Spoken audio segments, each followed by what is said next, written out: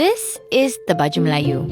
From skinny-looking Baju Melayu to kurtas to superhero-inspired and the next-level jubah sador. The style of Baju Melayu is constantly evolving. When Zeri Zamri gave it a hipster update, social media exploded with love and curiosity. Let's break down the meaning of Baju Melayu. Firstly, it's not just a piece of clothing. Each part represents something. These 5 buttons right here down the front represent the 5 pillars of Islam. Shahada, the Muslim profession of faith. Salat, prayers 5 times each day. Zakat, charity to benefit the poor and the needy.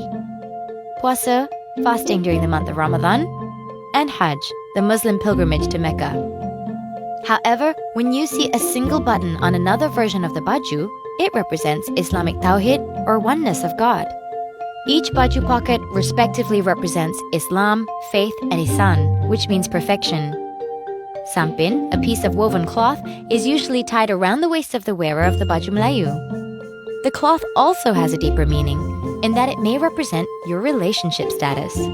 Wearing your sampin below your knees means you're married. Above your knees, you're still single and looking. If you're already married and still wearing a shorter sampin, you might be looking for a second wife. So where does Baju Melayu come from? Let's take it back to 700 years ago, back in the 15th century. Sultan Muhammad Shah, a royal member of the state of Malacca, had many philosophies on the topic of fashion. The Sultan wanted an attire to be worn specifically for royal families and dignitaries to stand out when they meet the king and queen. You might remember that way back then, Malacca was the center of trade, with a constant flow of traders from all over the world. The inspiration for the shirt actually came from the Egyptians, who wore a loose cotton shirt called the jalabia, also known as the juba. The bottom can be the traditional sarong, or pants which were a Turkish influence.